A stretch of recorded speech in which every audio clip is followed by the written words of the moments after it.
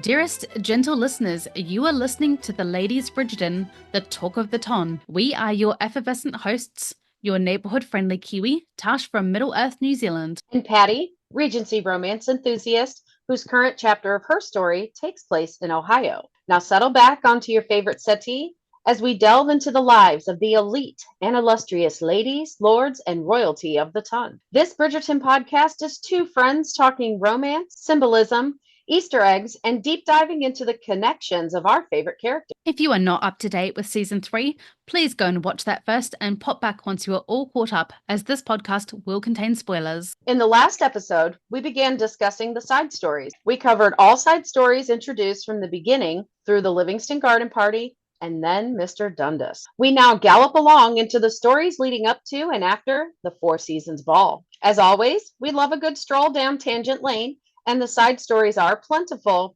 So we hope this is our last conversation for Side Stories, episode 1. Hope. Now we must make haste into today's episode.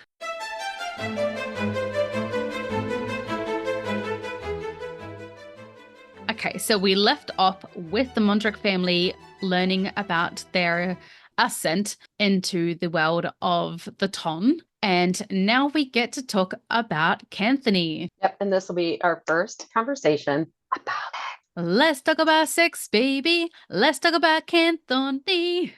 That's so awesome. I love making stupid lyrics that don't go together because like tangent queens. Yeah. Yeah, that's basically the whole entire vibe. In this scene, we get to see Kate and Anthony in bed together, and it's not that it's just about like a sex scene. Like, I mean, in this season where we are looking at pollen, and many of us have been left feeling very wanting. But then I recall back to season 2 and how we felt about Kate and Anthony, because we didn't get any of those scenes really. We got the one scene, which then we had the whole head injury situation and so much strife afterwards. So we had, again, I know we got that one scene in the very last episode we did get more pollen this season than we did Canthony in the last, but to get to see Canthony finally in their happy married couple era this season has been beautiful, and it's been one of my favorite portions of this whole season. And because we didn't have Regé Jean Page in season 2, this is the first time we get to see any couple be happy. The only thing we got to see in season 2 was Daphne be a mama, right? We got to see her be a mama to little Augie. So this is the first time we have both of the actors who play the couple return, and we get to see them in their happy lover era. Yes. So we get to see bubbly, cute, cuddly, sexy Anthony, like, in all his glory, and you get to see them being interrupted by their family and like trying to field the minefield that is have intimate moments with a whole house full of Bridgertons. And we're going to say this once again. So a second time in a row now, it's when we do double recordings, I think we need to exit out and re-enter into our chat. So we have lost another whole hour 40 of recording that we did yesterday. We are learning as we go, folks. Yes, this is definitely a learning through, what is it, like going through the pits of fire. Yeah, we're walking through the fire for y'all. Yeah. So if we do repeat or something doesn't sound quite right, it's because we have already recorded this and we're having to try to recreate the magic for you, and hopefully it translates well. But my summer muff euphemism is not going to be as cool landing the second time. So we have Anthony deep down. I think he's a little bit confused. Maybe he hasn't had a full education either, because I think he's mistaken Miss Marina Thompson's euphemism of eating the cake as how children are made. I think he has confused that as to how children are made, because he says to we're making an error. We're making an error. She's like, that is not how an error is made. And I love how comfortable they are with each other. You know that I mean, they were gone on a honeymoon for 6 months, but they're just completely a team. They're completely in sync. They are completely comfortable with, I mean, to the point, like when he's under the sheet, his mouth is muffled, like ignore the murder. And look, I think he's actually leaning on her. And the moment where she Yeah. rolls out of bed, he completely, legitimately, non-scripted face plants Face into plants. the Yeah. bed. And they played that so well, like the two of them, like her leg flipping over, like, Yes. and I think him leaning into her to make it sound muffled was probably a Johnny Bailey joke, and it worked. And that's why she did what she did and flipped up so fast, and then he face plants, because I just feel like it was kind of improvised to be funny, like, Mhm. because not all spicy is sexy. Sometimes it's a little messy. So Yes. like it just accidents can happen. Yeah. So I found it, I mean, it was very endearing, and It was real. just, yeah, it was very real. And I think that's this season we get a lot of real. The stuff looks real. It looks In like you are invading their privacy. Yeah, we're not in the angsty. Yeah, we are in the rom-com era, and some of it works beautifully. And I will say that I think Anthony this season works beautifully. And Yes. we then get to see like a little snippet into Kate's mind and the pressure that she is under. Because keep in mind, where we left off last season, Kate and Anthony had just basically like ostracized themselves from the ton by Edwina leaving Anthony at the altar.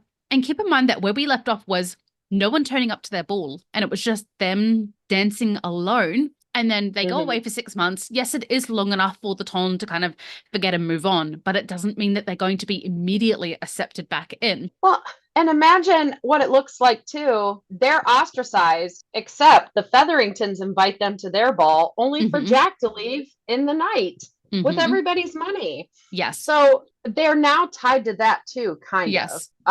So it is like she's definitely, and him not so much. He's seriously calmed down. He's Yes. like, it, I have you, it's not a big deal. Nothing is a big deal anymore. But she's like, I'm Viscountess. I have to be the best Viscountess there ever was. So I think she's really feeling the pressure of I need to stand up to the Bridgerton name and I need to do them proud. And I think she does this season. She is just the epitome of a classical, beautiful hostess, mhm. mother to like even the likes of like Gregory and Eloise. Like I think the conversations she has with Eloise is more on that mum to daughter level than sister to sister Yeah. because Eloise Yeah, still has. she's definitely a good mentor. Like she's Yeah. mentoring. She's definitely taking on that viscountess role really beautifully. And the outfits this season, I said it in the last one we recorded, and I'll say it again. The outfits this season of Kate and Eloise specifically are just phenomenal. The way that, for Kate especially, the way that they have incorporated the Indian and Bridgerton colors and influence together to bring together a whole new wardrobe for her. And it also shows that she is starting to feel a little bit more comfortable in showcasing her Indian heritage now that she's married to Anthony. And he's so supportive of it because you can even see it in their bedroom. Their entire bedroom has been completely remodeled to be this beautiful influence of Indian and traditional English Bridgerton colors. You can see a lot Well, of that kind of Indian drapery around the room, and some mhm. of the pieces in the room are Indian inspired. So I think the props team, absolute props to them because they have done a beautiful job and the costumes of incorporating both the Bridgerton colors and the Indian influence into Kate and Anthony's whole vibe this season. Well, and side stories play into the main story. And what we're looking at the main story is, Mhm. Penelope is having to accept both sides of herself. Yes. And we see that through Kate because of, her Indian heritage. When she came on the scene in season 2 and her and Edwina came to the ton, they were trying to impress the Sheffield. So they were very, very Regency England. Their clothes were richer colors, but they were very plain and very within the bounds. And so she is accepting her culture, still in England, but she's introducing her culture in her clothing, and she is fully comfortable in herself in all sides of her. And she's completely loved for herself. We see that where he wants to learn her culture in her home, and why they end up going to India, but she's very I much embraced her whole self and created this new Kate that is an English viscountess who's from India. I would actually love for them to come back next season. And one, I said this to you in a private group chat, but I think that they are going to not go with the traditional names from the books. And I think they are going to have children with Indian inspired names. But I would also love for Anthony to come back with a English Indian inspired new look, kind of like Colin Dress, has yes. with his pirate costumes this year, his traveler Western Worldwide costumes this year. I really hope Yeah. that Anthony comes back with that kind of inspire outfit as well. Let's talk about Canthony at the Danbury ball. So, because the whole Well, and reason I that she want wants to, to get ready. while we're talking about the bedroom scene, I do want to say that when we talked in the episode that now is not, and we talked about the decorations in the bedroom, we had talked about, if you want to, listeners want to see the things we look up and Mhm. research to look into things, we go look at Oh, yes. shondaland.com and things like that. There's videos from costuming, from set design, all that. And you had seen the video in terms Yes. of the set decoration. I had not seen that video, but I have seen on TikTok the images. They had a whole Yeah. TikToker did all the images of the set pieces, and it's interesting. Like, their bedroom, of all the bedrooms that are shown, their bedroom, the bed is in the center of the room, That's right. which their goal this season is to sire an heir. So the bed is literally front and center The in the main room. focal Like, point. yeah, the focal point. Like, when you walk in, oh, there's the bed. I don't think they need reminding to use it. Well, no, they used a desk too, so whatever. Well, they wanted a smart child. How else do you get a smart child? Yeah, we'll make sure. And plus, both of them, like, they, because of being Viscount and Viscountess, they're probably always at a desk at some point. Yes. So let's jump ahead to the Danbury Ball, where actually most of our side stories take place this episode. And let's just jump straight into Canthony at the Danbury Ball, because I love that we can really see how much of a difference they have made in each other. Like, you can see it with Anthony and the way that he is managing, or less so managing, Trusting. he's trusting Francesca to know what she can handle and what she can't. And although he is focused on keeping an eye on her, he also takes those moments aside to go dance with his wife. And the stolen kisses on the dance floor and the smile, like, I'm doing something so naughty, I'm stealing kisses from my wife on the dance floor, is just the cutest thing ever. It is adorbskis, and very, very not Anthony. No. So yeah, and being so worried about how people were looking at them on the dance floor in season 2, Yep. like, all of their, give a f's are gone. They're like, we got each other. It's just us. We don't need Mhm. anybody else. We don't care Yeah. what you think. Yes. I think that the way that we have seen Anthony acting for the last few seasons has been very much a trauma response and not his true personality. I mean, there are touches of his personality. Like, we can see it with anyone who does hold a title. A lot of them do kind of bear the weight of the world on the shoulders, because it is a big burden. And to be responsible for that many children and a mum and, a whole estate, it is a big burden. But I think a lot of how he has acted in the past is very much a trauma response, and getting to see his actual personality come out, and his laughter and his happiness, joy, and his enjoyment of his family, and seeing those relationships kind of mend from previous seasons, where Almost. he's got a much healthier relationship with his mum now. He has a much Mm-hmm. healthier relationship with Benedict, where he's starting to see and respect him for who he is. He's still got a little bit of Mm-hmm. mending to go with Colin, but There's a lot of mending. I think Colin is the struggle bus. I think yeah, Anthony wants to mend. He's reaching out. He's handing out that olive branch. yes. But I mean, in season 2, Colin called him a tyrant. By calling his future son a tyrant, he was calling him a tyrant. Yeah. So Colin very much views him as, this person who's judgmental and, like, is never going to agree with what you're doing ever, always question you on it. And that's why he's zip a lip around Anthony. Like, I don't know. I was anywhere and everywhere. You don't need to know where I was. Like, he's not telling him anything. As this ball progresses, we see Penelope enter, and she has her unveiling with her new Featherington armor in all its finery. And I just wanted to make a note because I know that we've already talked very extensively about Colin, Penelope, a little bit about Eloise and Francesca at the opening ceremony of the Bon Ton. Right.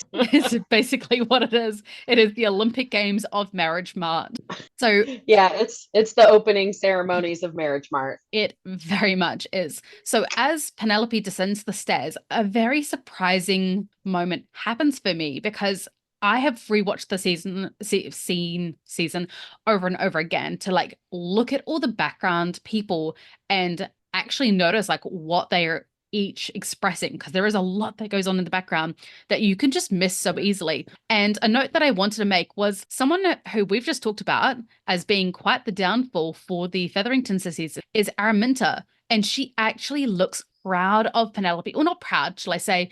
She looks surprisingly approving at the fact that Penelope is stepping away from that gaudy, kind of showy, flashy, bright, sometimes aggressive on the eyes outfits Garish. that Portia dresses her in. And she's like, oh, wow, like she actually looks like an elegant young lady. And yes, she is cruel to her later on. But in this moment, she's like, hat off to you. You have done well. Well, and I think it's important because in season one, she was friendly enough with Portia to be at the house Yes. talking about the upcoming season after presentation when Marina shows up.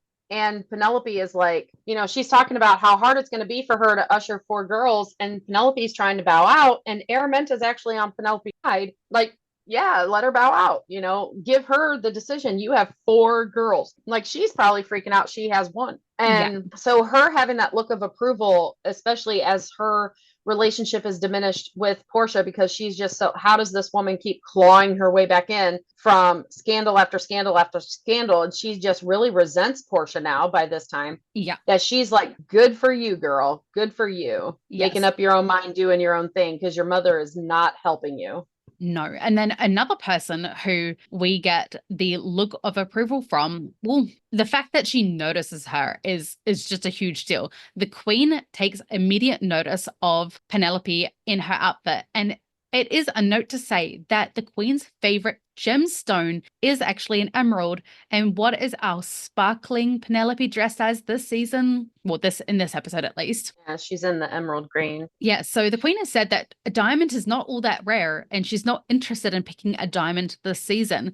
And so I think it is very much setting us up to believe that if Lady Danbury had not shied the Queen away from that choice, and I've made a TikTok about that, about how we believe that Lady Danbury did know that, or at least suspect that Penelope was Lady Whistledown. And so she kind of pushes the Queen away from making that choice because she knew they were in close proximity, that the Queen would find out that Penelope was, and it would ruin the whole game. And I think Lady Danbury lives for the gossip too.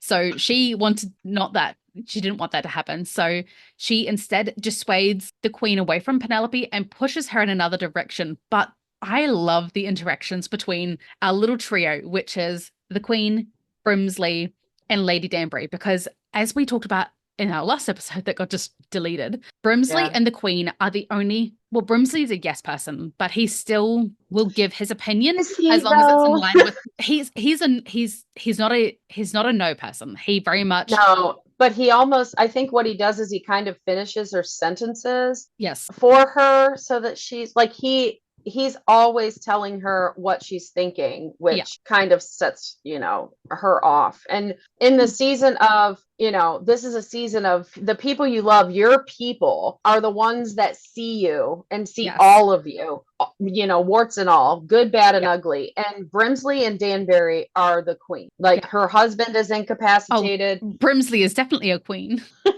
But she even tells him, step back, you read me too well, right? But every time, like, Brimsley thinks he knows the Queen the most, and that's why he reacts the way he does to Danbury. He's like, you are playing the Queen.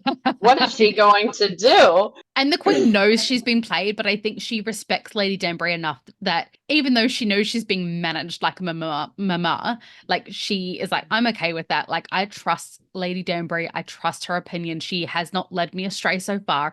Like, even when we see in Queen Charlotte, and I'm looking forward to getting up to when we finally get to record those, because it's beautiful. It's gonna, like, we should do our first rewatch together. I'm not watching until we have to watch it because Oh no, me neither. I'm going to Because be utterly wretched.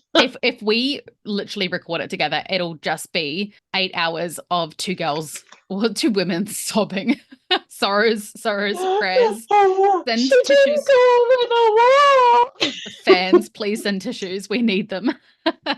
Really. Yeah. So I love all of their interactions together because you've got Brimsley, who is a yes man, and then you've got Lady Danbury, who's a no person. She's the only one who's actually willing to put the queen in her place and tell her how it is and manage her behavior and tell her when she's being stupid and ruining the game and whatnot. She's the only one Yeah, who will so actually stand up for her. if we tie that into the season, once everything's all said and done, I think that's how it's going to look in future. Like Colin's the yes man. He's loyal to Penn. Like, oh, yes, you can do that. No, that's great. I'm finishing your sentences.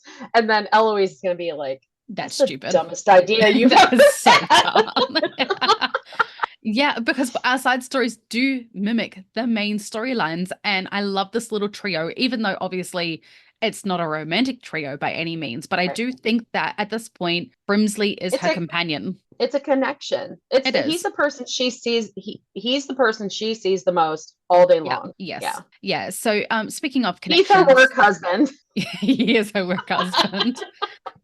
So the next connection that we have is Francesca and Penelope. And Francesca seeks out Penelope as her safe space in the ball because she's just been basically accosted by the three lords, the Lord Squad.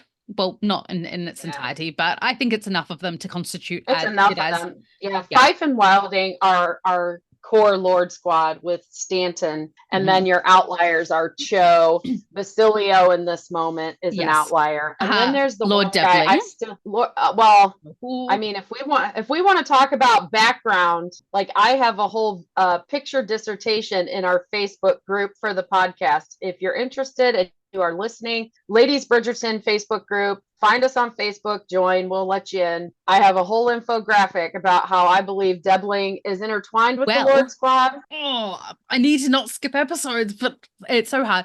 This makes the whole scene where Colin is questioning the Lord Squad at the balloon scene. Mm-hmm. Of course, they know him. I was thinking, but the thing is, if you notice, everywhere they're out in public that Colin ends up with the Lord Squad, Yes, they're seeking him out. They're coming up to him because or he they're is. inviting him Yeah, because he's actually, in my theory, he is actually the butt of the joke. yeah, It's not Penn. Penn is collateral damage. She's yeah. the pawn in the chess game. They're trying to checkmate him to get him to admit to feelings because they don't believe he would never court Penelope Featherington. They don't believe him at the end of season 2. And so they concoct a scheme.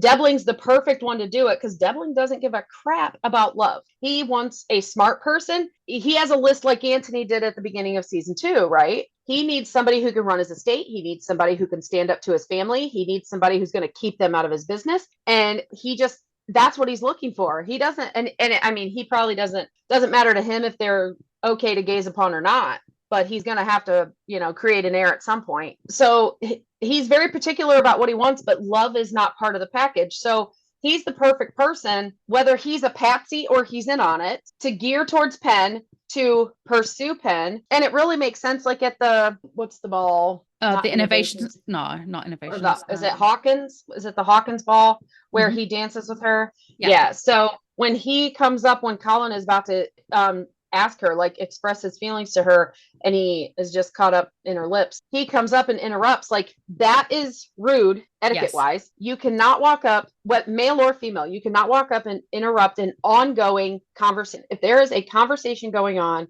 Bali, the bugs. okay, I'm almost done. I know, but this plays in. Like you just can't do that. And then he addresses him there in all the times he's anywhere in that ball with the Lord Squad. Colin is not. He has not been introduced to Colin. They cannot speak to each other. And then when he takes her hand to go dance, he side eyes Colin. Like he knows what he's doing. Yes. And I mean, it's even possible at that point that he's decided he wants Penelope because she's darn smart and he likes her mind and whatever. But I don't think in the beginning that was the case. I think this whole thing was a play to see what Colin would do because we don't see Fife and them after episode 4. But we will dig into this when we get Well, up to episode we 4. do, but they do not interact with Colin at all, and Colin ignores them too because Fife is at the stag party. Yeah. In the background. But we can dig into this whole part because I think yeah. the further we go into these episodes, I think they're gonna move from being like 4-part side story, 4-part like it's just gonna get bigger and bigger because we have so much information to dig into. And having seen the whole season, things that happen in the future may help you understand things like the things that happen in this episode that they may not have made sense when you watched it the first time, but then when you go back and you're like, oh my goodness, that now because we know this makes complete sense. Yes. And I mean, we are how many months now since the initial release of May? So June, July, May 16th. We're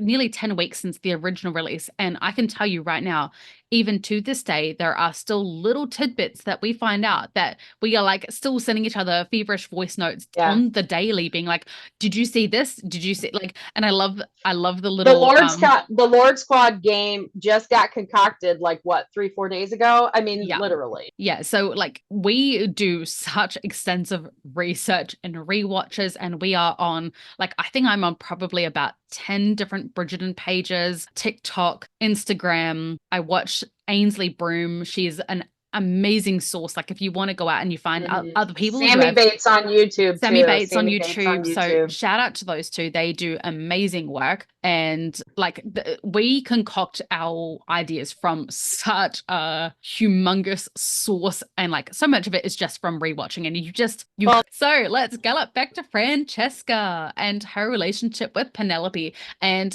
I think as we talk about side stories playing into the main point, this one is one of those really pivotal ones because a big point of this season is Penelope's relationship rift between her family.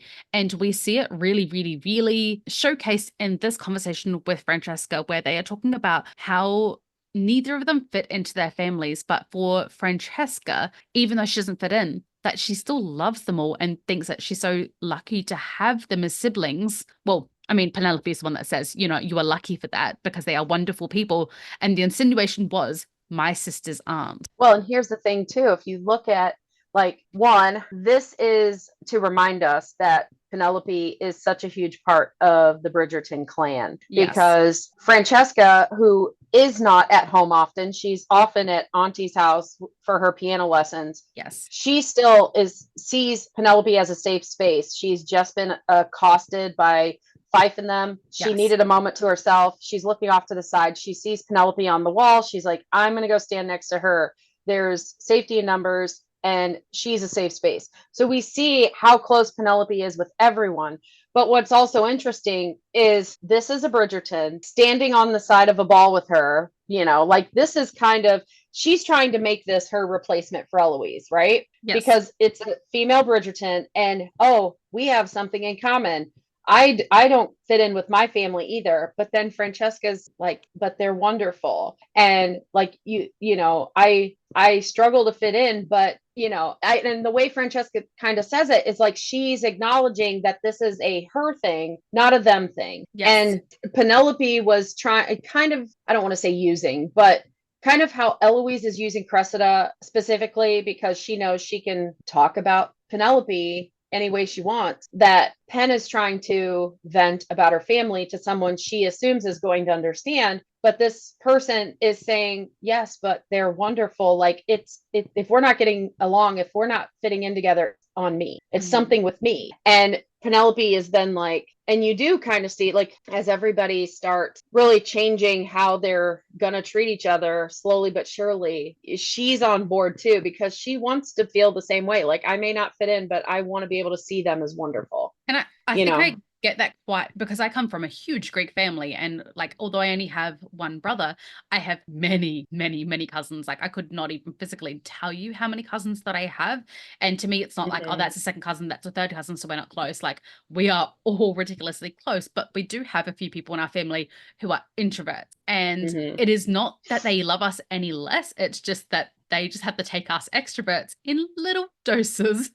Right. Well, and I have 5 brothers and sisters, and we're all very different. We all have, you know, and I can absolutely say that I mean, I don't feel like I fit in with them a lot of the time, but then like I'll interact with maybe one or two and we have a good interaction. But a lot of times when it's all of them or you get the right two together that, Mhm. you get those two together, you're getting picked on, you know what I mean? So kind of like Eloise in the park with Benedict and Colin, they're both coming down on her. They're ganging up on her. Oh, It's that's kind of how I'm the picker. If you put me and my cousin Caitlin together, and then you put my cousin Joel, who is 8 years older than me and like 18 years older than Caitlin, the two of us absolutely gang up on him, and he is just the poor sod. And don't you worry, he has an ego to boot, so he does just fine. But it is right. very much that Bridgerton sibling cousinly kind of rivalry where Oh yeah. you can be as Well, and mean as you want to everybody, each other,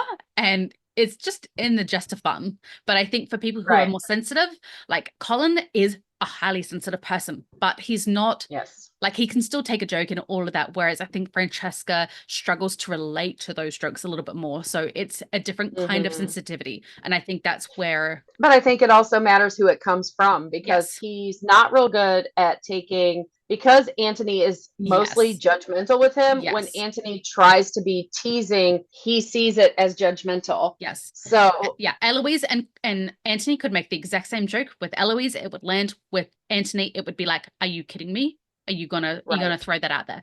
Yeah. So let's talk about Eloise and Cressida and their relationship. And you had talked about how you think that Eloise is kind of using Cressida as a It's a bitching board. Yeah, it's a friendship of convenience, and she chose Eloise because Penn is so overlooked. Not a lot of people know her very well. Cressida doesn't even really know her very well, but she does have a connection to her in that she despises her. And Mhm. right now, Eloise is mad. So it's like when you're mad about something and you find somebody else who's mad about it, you get to be mad about it, and you don't get judged for being mad about it. Yes. So she chose Cressida with a tin petty And because Cressida is still bitter about losing out on cousin Jack last season. yes, although I don't know why she'd blame Penelope. Well, just That Penelope, for association. She's part of the. Well, she's just never liked Penelope anyway. She's Yes. seen Penelope as competition from season one. Yes. But we also see her Cressida because she doesn't have a lot of friendships, and Eloise did show her friendship in the country during the off season, that she is very receptive to Eloise. Like she's wanting Eloise's approval. So we Yes. see her kind of like if Eloise mentions it or says something or admonishes it, she follows along, which is also a friendship hierarchy that Eloise likes. The reason Yes. I don't want to say the reason her and Penn were friends, but the reason Eloise is looked at as a bad friend is because she like is the dominant person. She wants to be the dominant person. She doesn't understand why somebody can't think the same way she does. So Penn, who had probably never had a friend before her, they come in, they meet everybody. She is the go along person. She's learned to go along in her home for safety. Yeah. She goes along with Eloise. Now, does she have some of the same belief systems? Yes. Is she the soapbox start a riot kind of person like Eloise is? No, because Eloise isn't going to do it herself. She's going to stand up and talk and start a riot. So she finds another person like that in Cressida, where she can be the boss of the friendship. Hmm. She can grab her arm and jerk her around and, tell her, you need to do things this way or that way or the other way. And it's the same friendship dynamic, just there's a different peg in the hole. Yeah, and in this season, sorry, in this episode specifically, we can see, and it's this funny, like little, like, dude, Eloise is watching Penelope whilst Cressida watches Eloise watch. Like, it's this, Yeah. like, so the not the Lord Squad, And but a group of men have descended upon Penelope, and Eloise is looking from afar because she looks concerned because she knows her friend, and this is one of those moments that kind of alludes to they are going to make up because you can see the concern that Eloise has for Penelope in that moment. And it tells us, okay, you cannot have those feelings for someone and it not lead to a and stay reconciliation at mad some point. forever. Yeah. Yeah. She cares too much. Like realistically, she should be like, oh, like there are a group of men maybe showing interest in Penelope. That's lovely, but she's not because she knows Penelope would never be interested in men like that who are more interested in women who want to talk about shift stitch and like meaningless things like that. Like that is not Penelope. And they descended on her in a pack of three, which is very overwhelming, especially for Penelope, who doesn't like a lot of notice. She Yes. wants notice, but she wants notice from one person, not three. Yeah. And she has confided this to Eloise in season 2 in the daffodil field. So, Yes. Eloise is genuinely concerned for her because she's being, aggressively approached by these men. And I'm saying aggressive not because they acted aggressive in any way, but because when you descend on someone in a pack of three on purpose, because Mhm. they looked at each other, nodded their heads, and Yes. all walked over. So they knew what they were doing. It was They a were plan of putting her on attack. the spot. Yeah, they're Yeah. putting her on the spot, and they're making her, putting her off guard. So she knows that she's feeling panicked. She knows that she's nervous. And there's nobody, Eloise knows there's nobody watching Penelope. There's nobody standing 6 feet away to She come has in been her and rescue protector. her. Like season So, 1, season 2, like when Penelope gets presented to the queen and it doesn't go well, and Eloise is immediately like, I need to go check on Penelope. Her presentation didn't go well. She is the one who checks mhm. on Penelope because her mother will not, her sisters will not, her father will not. She has no one ever looking out for her except for the Bridgerton. Well, and at the balls, her mother just lets her wander and doesn't even realize when she's left, because when she says, "Oh, you did disappear," disappear means you didn't watch them walk out the door. It Yeah. means they were there the last time you saw them and they were Mhm. gone. I equate that to you ran a red light. The last time I looked at it, it was green. You know what I mean? So Yeah. she dresses her daughter in yellow, kind of like parents at the public pool, or parents, we're going to the fair. All of us are going to wear this kind of shirt so we can find each other in a crowd really quick. But yeah, they're like, she dresses her up in a bright color so she can easily spot her because she doesn't want to have to deal with her. And it gets to the point where she realizes Penelope is not getting noticed, and she's even less watching her, even less watching her, even less watching her, which fits into my whole theory about, I think he went and asked Jack for her, could he ask her to marry him? And the agreement isn't just about the mines, it's about that too. I think Jack said, "No, you're not you're a third son, you're whatever, but we do have this mine business, and if you make a name for yourself, I can talk with her mother, because even though he is the ward now, he's the new Lord Featherington and the male relative. Portia very much runs the show, and Jack doesn't mind that. So behind the scenes, he's not going to tell Colin that necessarily, but her mother does have say. So I think he plays him to get him to invest even more money, is my opinion, because he Yes. doesn't want Antony to know in that moment, and he asks Penn to keep his secret, but then Antony finds out and questions him in front of everyone because of how large the sum was that came out of the account. So I think that he played his feelings against him, because when he actually takes her out of the ballroom, he takes her hand and takes her out of the ballroom. It's not her mother that bursts through the door. It's Jack. Hmm. Jack knows he likes her. Yes. So, like, it makes me think their conversation was a little bit different than it played out to be, because he literally bursts in. I think he was trying to get one over on Portia. Like, I think I you know should make this guy a likes TikTok on this her. as well. Well, I would if I had space on my phone. Um, I only have space to do the picture ones now. Not my videos. I need an iPad.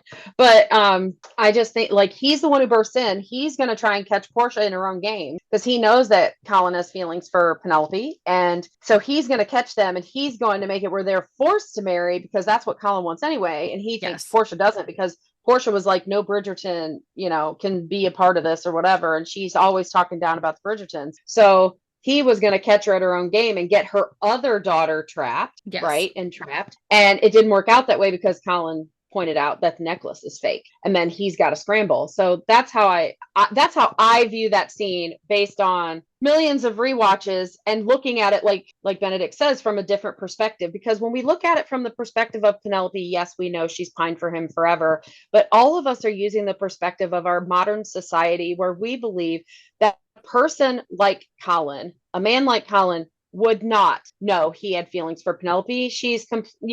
How would he ever think of that? We look at her like she's the underdog. But what Mm. if he is? What if he's the underdog? He's a third son. He doesn't want to go into the clergy. He doesn't want to go into the military. He literally has no idea what he wants to do with his life. In fact, I was just telling Kayla this today. KK, I was just telling her today. You have Antony, who is the heir. He is the Viscount.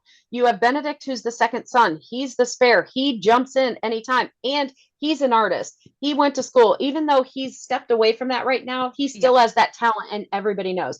Then you have Colin. Question mark. Then you have Daphne, first daughter. She is being groomed to find the best marriage ever. That's her whole life story. And she literally does. She gets the Duke, and it's real love.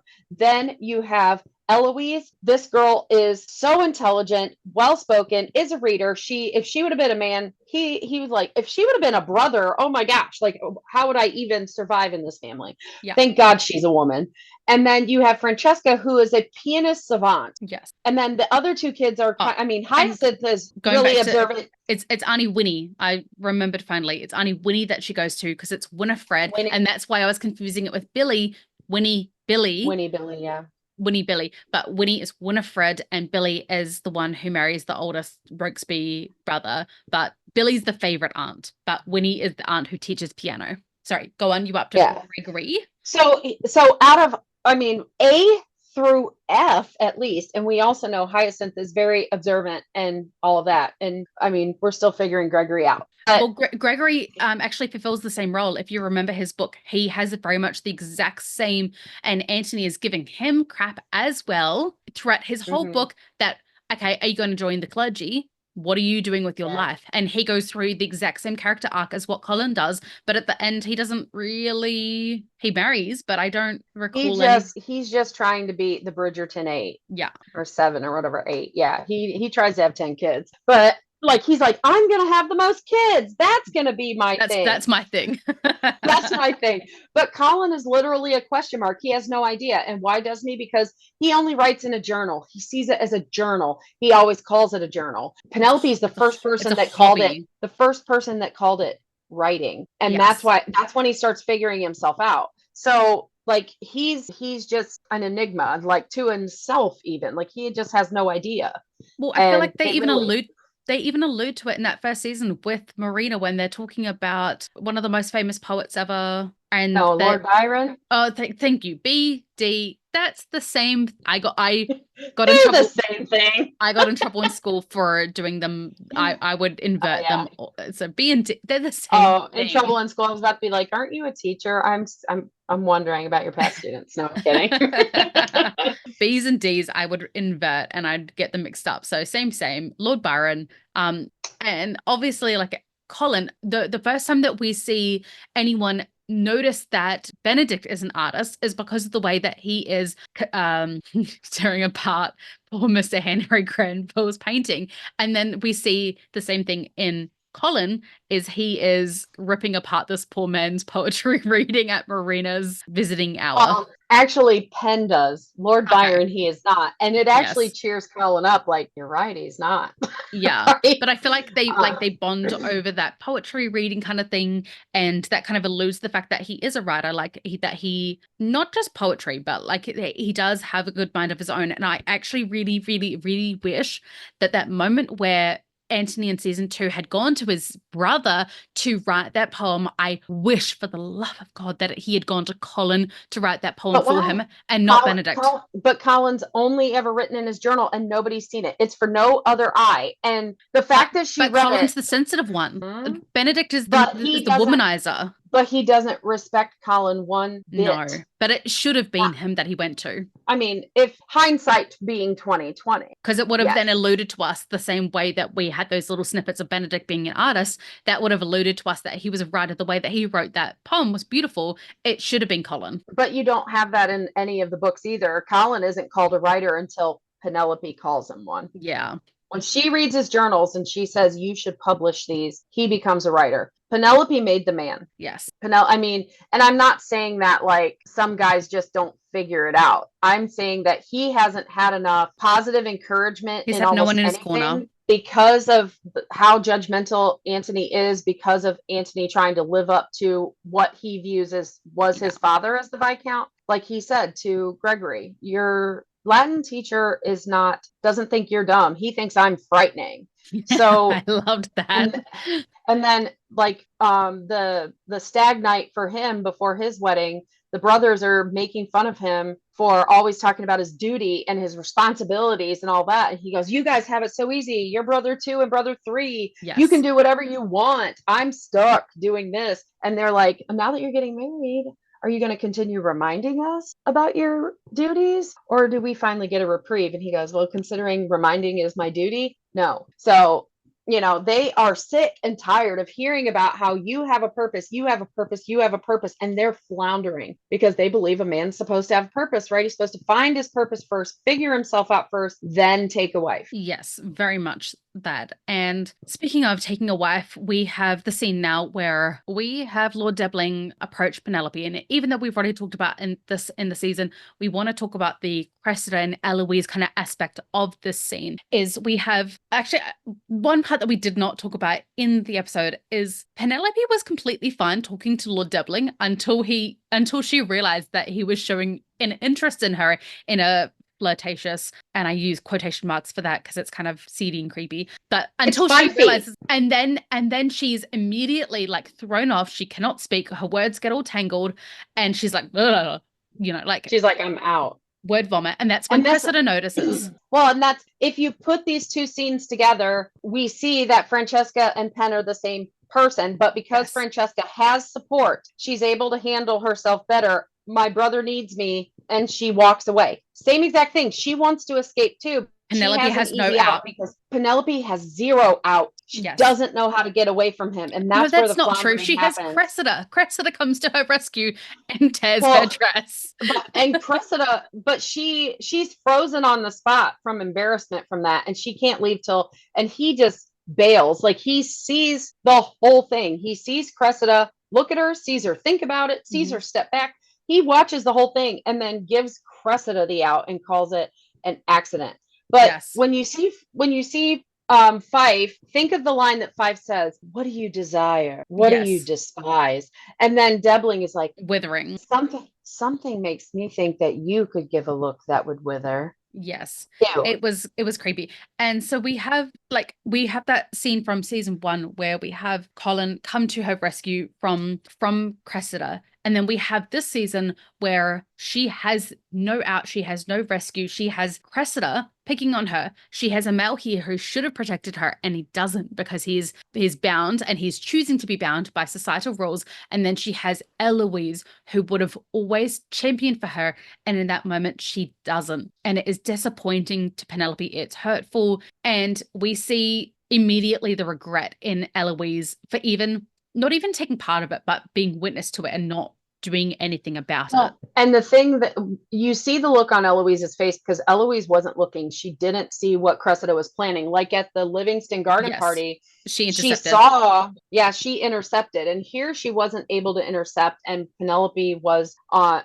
fully exposed to Cressida's mean girl. And she sees, Penelope does give, like, Penelope's very susceptible to words. That's why, like, in the environment of just her mother and her sisters, she's now very more down on herself. But even though his line was creepy, he tells her, "I believe you can give a look that withers." She turns around and gives it to Cressida, and Cressida walks off. And then Eloise, she turns, it's kind of the same look, but it's more hurt. Like, how could you? Yes. And Eloise, stab in the heart. She's like, oh, and then when Penelope runs, she's like, she tries to say, "I'm sorry," but and she just is frozen in place, like with her guilt and shame over this whole thing. And I don't think Debling did what he did because he was bound. I mean, he is bound by the rules of society, but in that moment, that's why I said he chose to be bound by them. Yeah, because it benefits him what he wants in the end if she's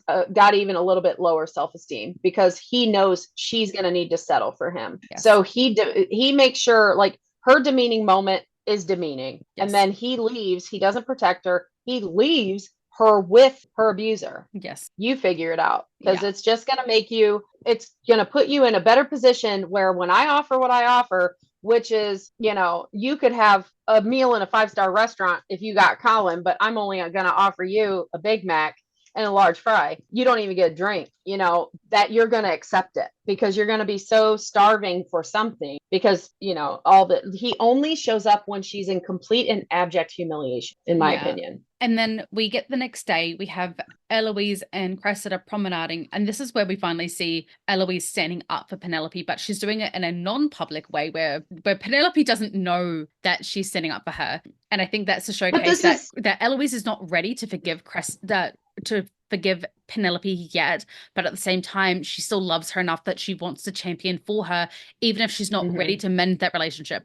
I think it's saying to us viewers, she loves her still and will always love her, and they will get back to a good place, but she just needs to sort through her Theo feelings and her feelings towards Penelope being Lady Whistledown first. Well, yes, and your true sign of friendship is how that person talks about you when you're not around. Yes. And we see that when she's not around, I mean, no matter what she said in the summer, because she was a lot more hurt in the summer, because she definitely gave Cressida the vibe of, I thought we despised Penelope, right? Yes. Yeah. And she says we. So that tells me that they both complained about her in the start of their friendship in the off season. So now she's like, oh, what you did, what everybody got your message. And she goes, you don't approve. I thought we despised Penelope. Like, she's confused. Like, she thought Eloise was going to be on board with her way of thinking because of how they had talked about Penelope in the summer. But now that Eloise is back in her proximity and she realizes how much she misses her, and she realizes Cressida is not the same, like, there's a specific hole that's missing that Pen's gone,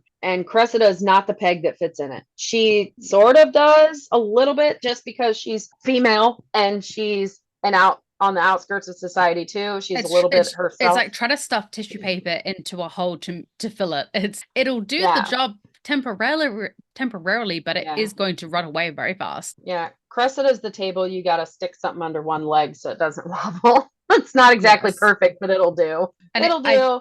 I think a little bit like Colin, Eloise is just going to take time to forgive Lady Whistledown more so than Penelope. And speaking of Lady Whistledown, let's move on to, so we talked about this in the podcast that got deleted, but we are going to actually read out the Lady Whistledown articles that we found. So you can go online and you can actually read the transcripts from each episode.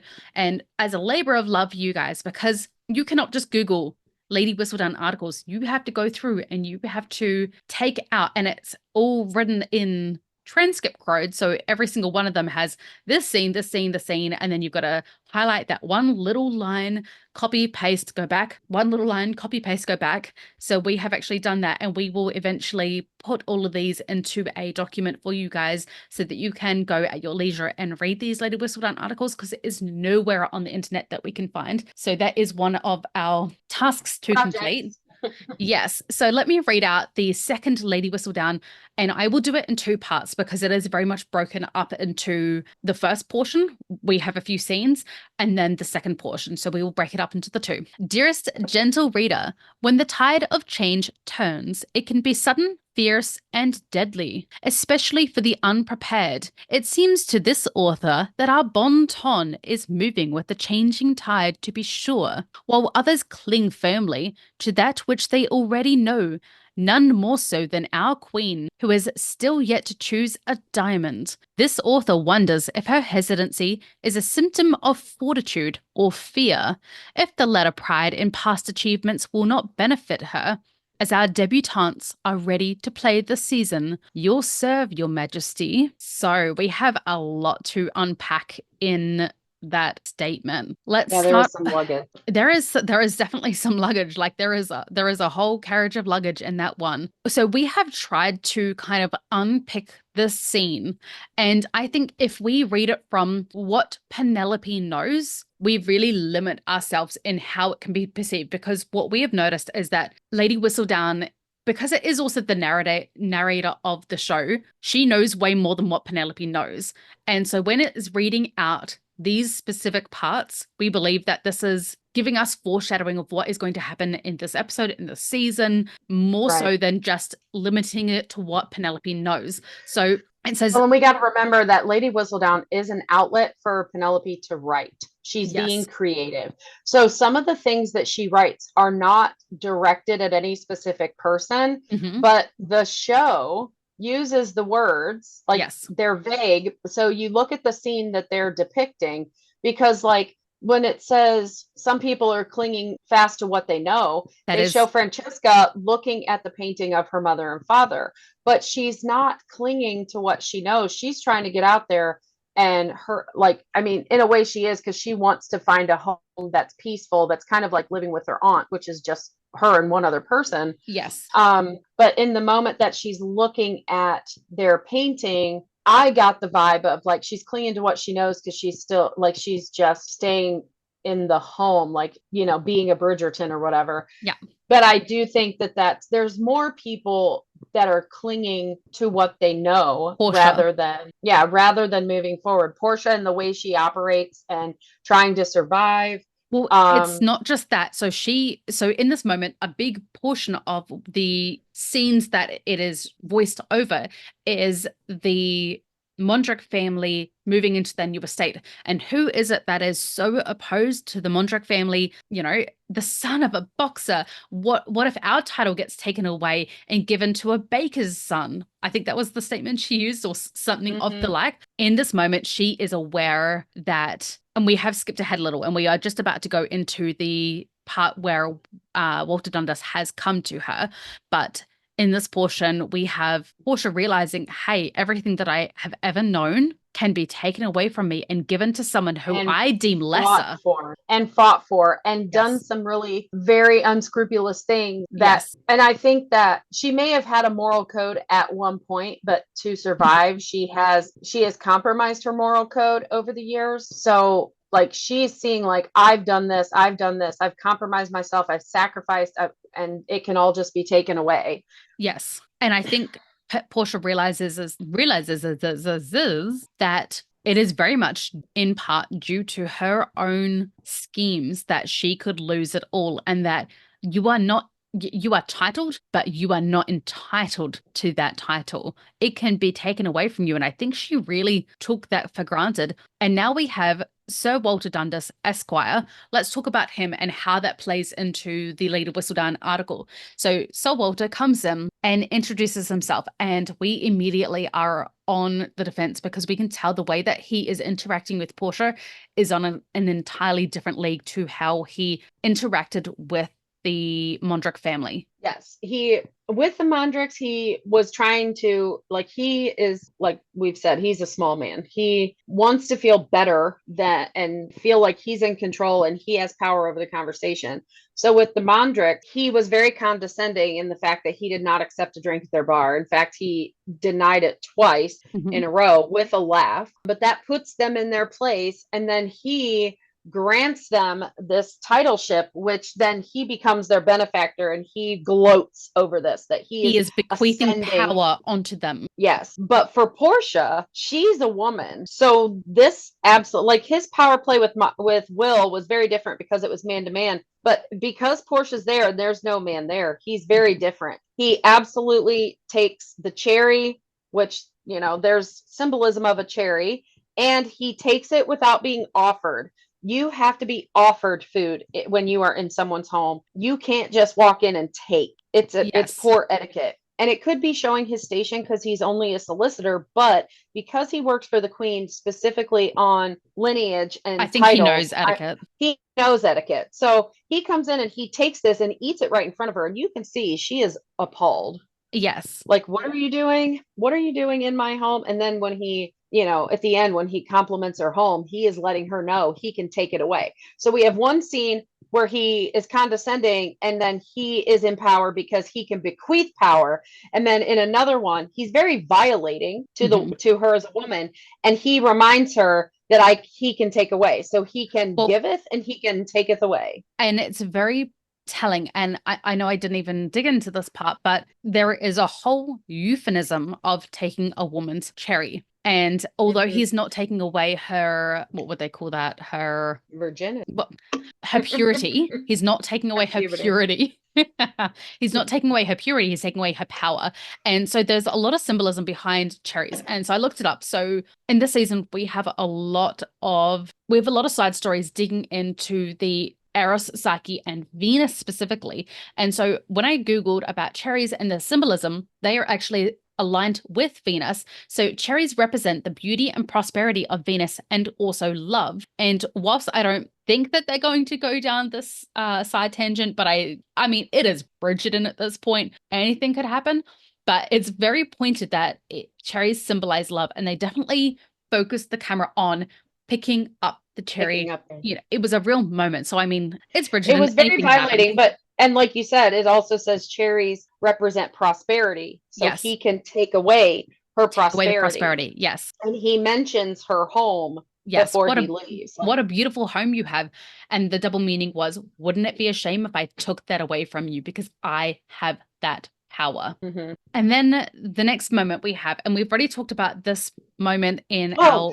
Oh, sorry, go. I remember now, because it's about the fact that we were talking about, the cherry, like taking a cherry. So in a season where we believe we're building up to Benedict's season, and what happens with Sophie and Benedict's season is, not asking consent. Yes. So we are in this season, we very much see examples of, not really being kind of predatory. I don't think there's anything about not asking for consent, although I have a theory on something later. But we see Colin almost always asking for consent, almost. And I gave away the thing I'm going to talk about because I wanted to be an honest person. We see in the Danbury ball, we see the Lords always hunting, like they're hunting in packs. They are 3 to 1 woman because I would say safety in numbers, but there's also power in numbers, and they are using their number as men almost in a violating way to put the woman off guard. And then you have Walter Dundas here using a very big breach of etiquette to have power over her. It's very violating. He's not really asking consent. Yes, he got consent to enter the room. He was announced and all that stuff, but because he had to ask to enter the home, he now has to establish that he is the power in that struggle. And he does it in a very violating way. Yes. So let's talk about the Mondrick family quickly. And then we will segue on to the last portion, which is the last part of the Lady Whistledown article and Colin and Eloise's powwow at the end. So the Mondrick family was a huge portion of this Lady Whistledown article. And there are a few people who are already showing immediate support for the Mondrick family, that being the Bridgertons and also Lady Whistledown through the support of how she has written this article. Like, it is very welcoming to the new family, very positive, very opposite of Portia. Yes. And it's kind of encouraging. Again, we're talking about how she's trying to present a different Lady Whistledown, like a different style instead of, she still questions, like, because they're coming into something that they don't know, are they going to be able to handle it? She chooses to be encouraging in her writing. And I also think because it is Penelope, and this whole season, she's giving hints that she's Lady Whistledown and everybody still doesn't figure it out. She knows that these are friends of the Bridgertons. She's not met them herself, but she knows if the Bridgertons like them, they're good people. Yes. And Colin really likes them. So, and she's like, I'm going to like everybody Colin likes. And do you notice except for the Lord Squad. So I think that, and I didn't really think about this all too much before now, but the Ton is immediately crazily accepting of them, like very, very accepting of them. I think very much so that Lady Whistledown and the Queen's favor, once either of those bequeath their favor onto someone or someone's, the Ton feels obligated to follow suit. Like, do you even notice it with the debutantes when Penelope gets ousted as trying to find a husband, and Miss Livingstone, I believe it is, says, I can't wait to hear what Lady Whistledown writes about this tomorrow, because they cannot form an opinion until Lady Whistledown forms hers, and they follow the suit of Lady Whistledown and or the Queen. So I very much fair again. Livingston's the one who spread the rumor, so she's standing by Colin and her, like, she's the one who says pitiable. Whatever, but and it was her mum that was actually being super toxic about it too. She was in that crowd. But I think very much, now that I think about it, I think that the Mondricks were so openly, easily accepted into the Ton, unlike Portia, specifically because Lady Whistledown openly accepted them. So the Ton has to follow suit because Lady Whistledown is power. And Lady Whistledown's very first issue, when she didn't even have power yet, she called Portia tasteless and tactless. So, Yeah. and I mean, I guess, Portia has a right to be a little mad when she finds out it's her own Yeah, daughter. I'd be feeling a bit bitter. The knock be knocking. Okay.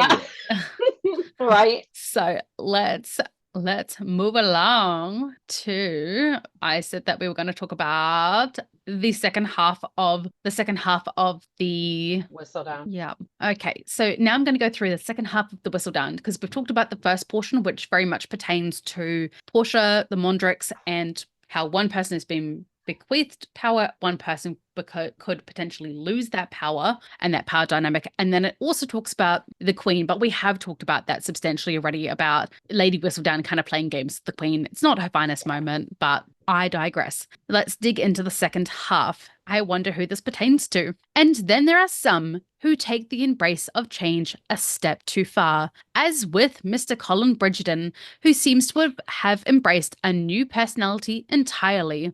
But one must wonder, is this new character the real him, or simply a ploy for attention? And does Mr. Bridgerton even know? Dun dun dun.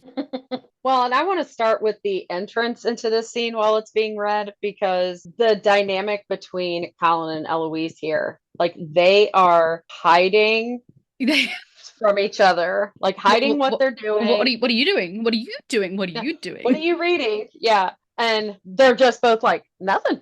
I wasn't anywhere, right? I'm not reading anything. Yeah. But then Colin can see she's got the pamphlet, and the look he gives her, that is like, he's going to be the one handling the teenagers when they're teenagers. He's got that dad look down, like, hand out, give it to me now. Hilarious. And not so much a rom-com scene, but just the interactions, because this cast is so close. Like they purposely do things on set to have that kind of connection and rapport.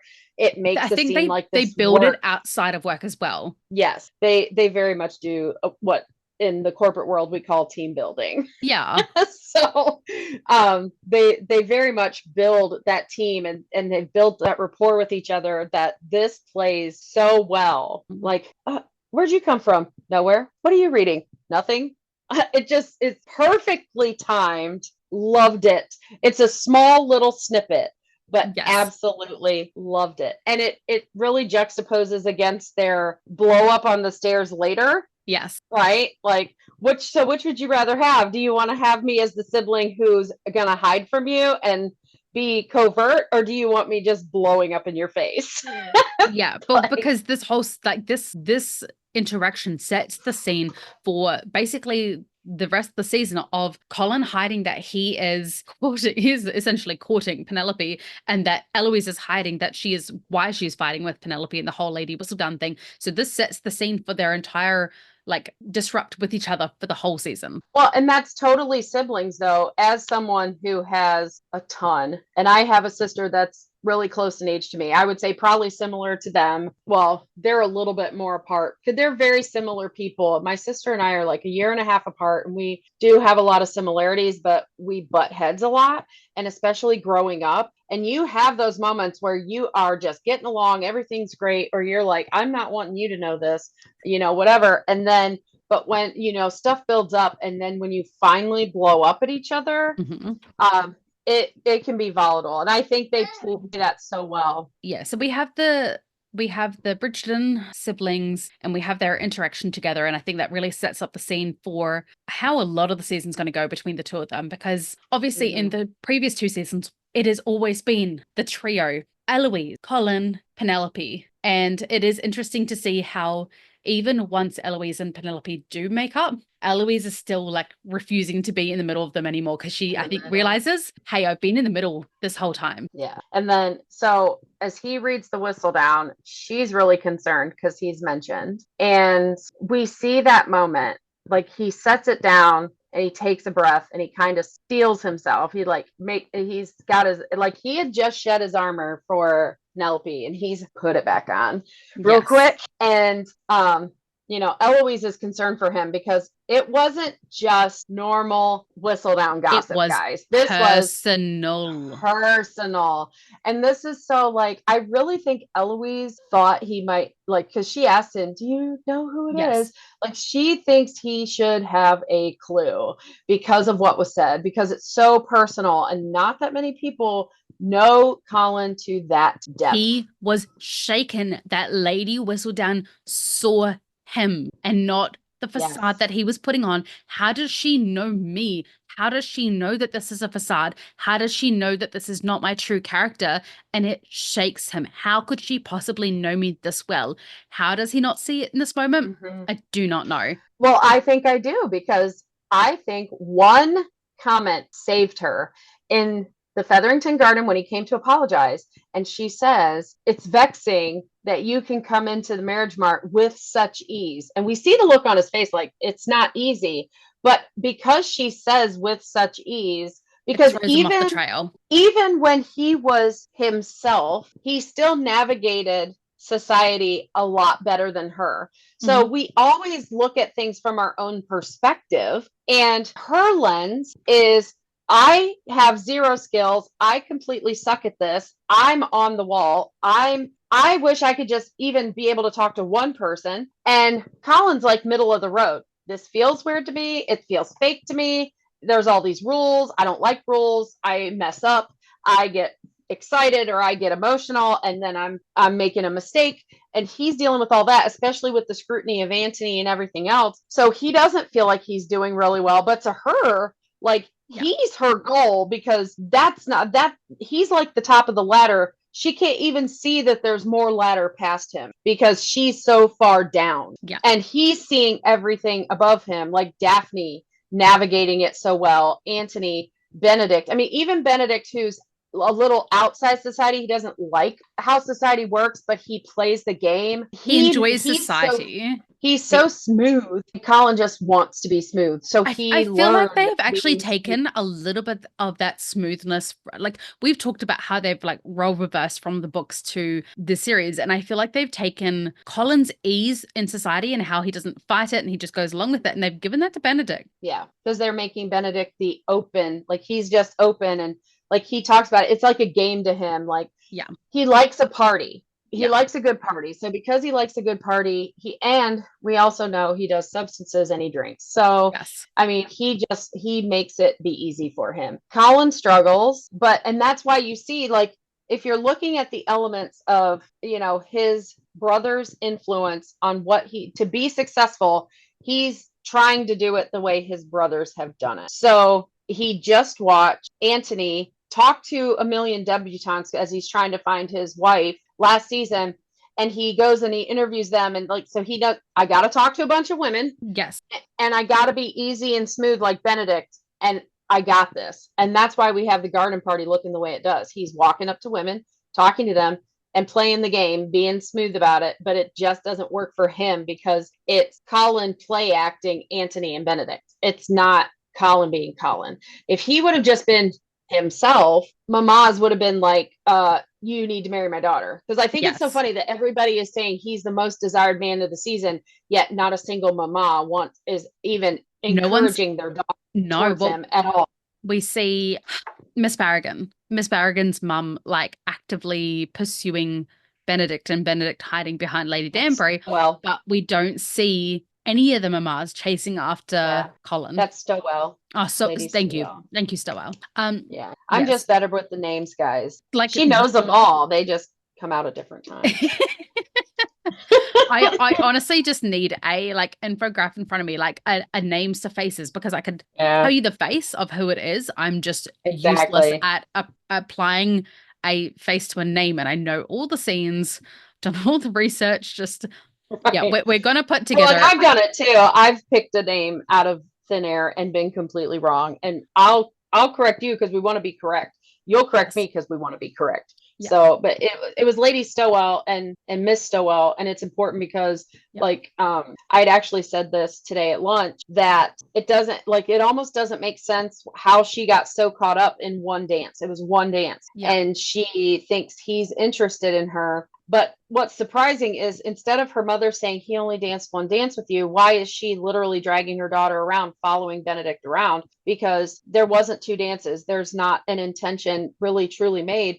But this is the, she's the coda. Miss Stowell is a child of a deaf adult. Her mother is deaf and uses sign language. So the only person that can communicate with her in this whole ball is her daughter. So the Yes. only perspective she has to that situation is what her daughter's telling her. And her daughter immediately caught a crush. And She might have said, her, hey, we danced twice, or insinuated that, oh, we had a or connection during the dance. yes, he said something that he really didn't say. Yeah. You know what I mean? Like And that's she something that a has, teenage girl would totally do. yeah, well, Colin did it in season 2.